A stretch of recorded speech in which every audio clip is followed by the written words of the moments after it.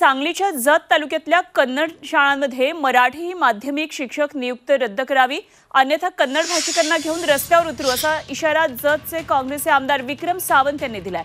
जिल्ह्यातील शिक्षक बदली प्रक्रियेमध्ये घोटाळा झाल्याचा आरोप त्यांनी केलाय।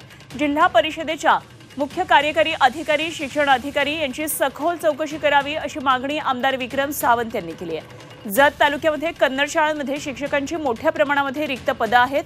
असं असताना जिल्हा परिषदेने पवित्र पोर्टलच्या माध्यमातून कन्नड आणि उर्दू शाळांमध्ये 11 मराठी माध्यमिक शिक्षकांची नियुक्ती केली आहे आणि त्याला अधिकारी जबाबदार असल्याचा दावा सावंत यांनी केलाय।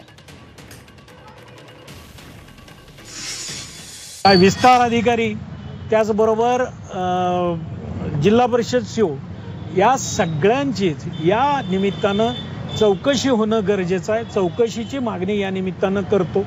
जर तसं काही झालं नाही तर आम्ही जतमधले सगळे कन्नड भाषिक आहेत ते रस्त्यावर ह्या ठिकाणी उतरल्याशिवाय राहणार नाही।